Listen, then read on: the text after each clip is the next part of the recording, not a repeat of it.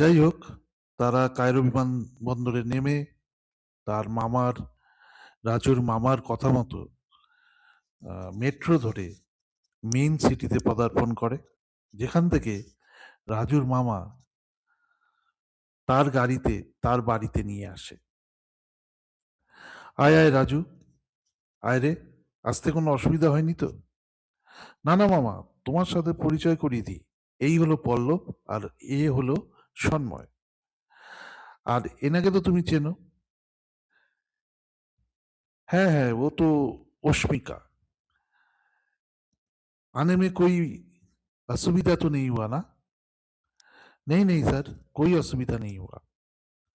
ठीक है। সবাই খুশি মনে মামার আনা গাড়িতে চেপে বসলো, এবং মাত্র 1 ঘন্টা পরেই মামার যে কোয়ার্টার, সেই কোয়ার্টারে প্রবেশ করলো।